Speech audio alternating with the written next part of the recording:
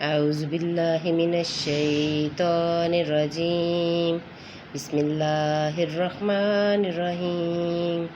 سورۃ آل عمران، پارہ number 3، lesson number 6 سے آج ہم اپنے ترجمے کا آغاز کرتے ہیں۔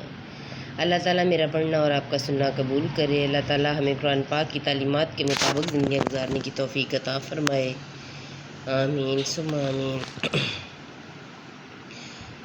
ہم اللہ پر ایمان لائے اور آپ گواہ ہو جائیں کہ ہم مسلمان ہیں۔ اے رب ہمارے، ہم اس پر ایمان لائے جو تو نے اتارا اور رسول کے تابع ہوئے تو ہمیں حق پر گواہی دینے والوں میں لکھ لے۔ اور کافروں نے مکر کیا اور اللہ نے ان کی ہلاک کی خفیہ تدبیر فرمائی، اور اللہ سب سے بہتر چھپی تدبیر والا ہے۔ یاد کرو جب اللہ نے فرمایا، اے عیسیٰ میں تجھے پوری عمر تک پہنچاؤں گا اور تجھے اپنی طرف اٹھا لوں گا اور تجھے کافروں سے پاک کر دوں گا، اور تیرے پیرووں کو قیامت تک تیرے منکروں پر غلبہ دوں گا۔ پھر تم سب میری طرف پلٹ کر آؤ گے تو میں تم میں فیصلہ فرما دوں گا۔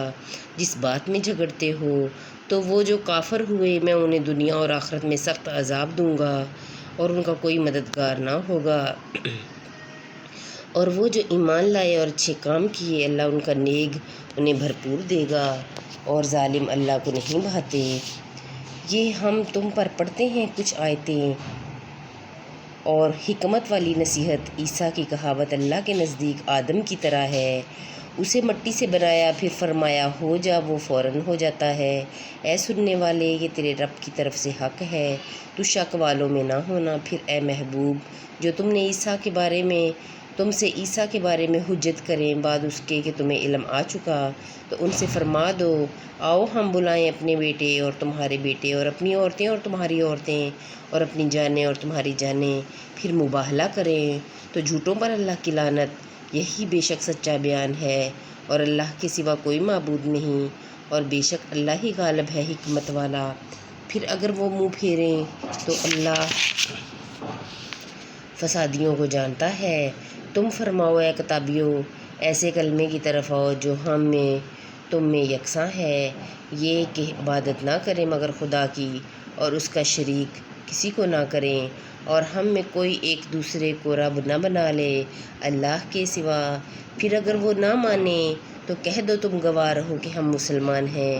اے کتاب والو، ابراہیم کے باب میں کیوں جھگڑتے ہو؟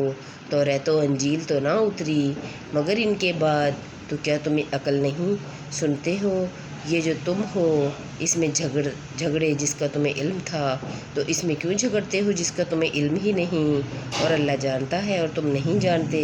ابراہیم نہ یہودی تھے اور نہ نصرانی، بلکہ ہر باطل سے جدا مسلمان تھے اور مشرکوں سے نہ تھے۔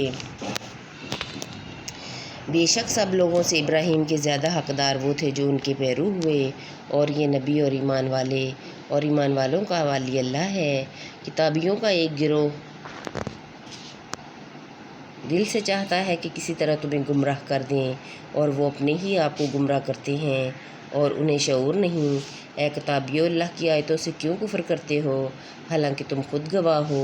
اے کتابیوں، حق میں باطل کیوں ملاتے ہو اور حق کیوں چھپاتے ہو حالانکہ تمہیں خبر ہے؟ اور کتابیوں کا ایک گروہ بولا، وہ جو ایمان والوں پر اترا، صبح کو اس پر ایمان لاؤ اور شام کو منکر ہو جاؤ، شاید وہ پھر جائیں، اور یقین نہ لاؤ مگر اس کا جو تمہارے دین کا پیرو ہو۔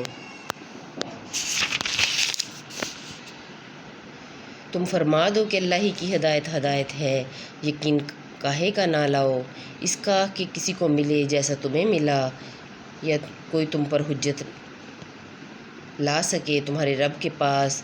تم فرما دو کہ فضل تو اللہ ہی کے ہاتھ ہے، جسے چاہے دے، اور اللہ وسعت والا علم والا ہے، اپنی رحمت سے خاص کرتا ہے جسے چاہے، اور اللہ بڑے فضل والا ہے۔ اور کتابیوں میں کوئی وہ ہے کہ اگر تو اس کے پاس ایک ڈھیر امانت رکھے تو وہ تجھے ادا کر دے گا، اور ان میں کوئی وہ ہے کہ اگر ایک اشرفی اس کے پاس امانت رکھے تو وہ تجھے پھیر کر نہ دے گا مگر جب تک تو اس کے سر پر کھڑا رہے۔ یہ اس لیے کہ وہ کہتے ہیں کہ ان پڑھوں کے معاملے میں ہم پر کوئی مواخذہ نہیں، اور اللہ پر جان بوجھ کر جھوٹ باندھتے ہیں۔ ہاں کیوں نہیں، جس نے اپنا عہد پورا کیا اور پرہیزگاری کی، اور بے شک پرہیزگار اللہ کو خوش آتے ہیں۔ سبحان اللہ۔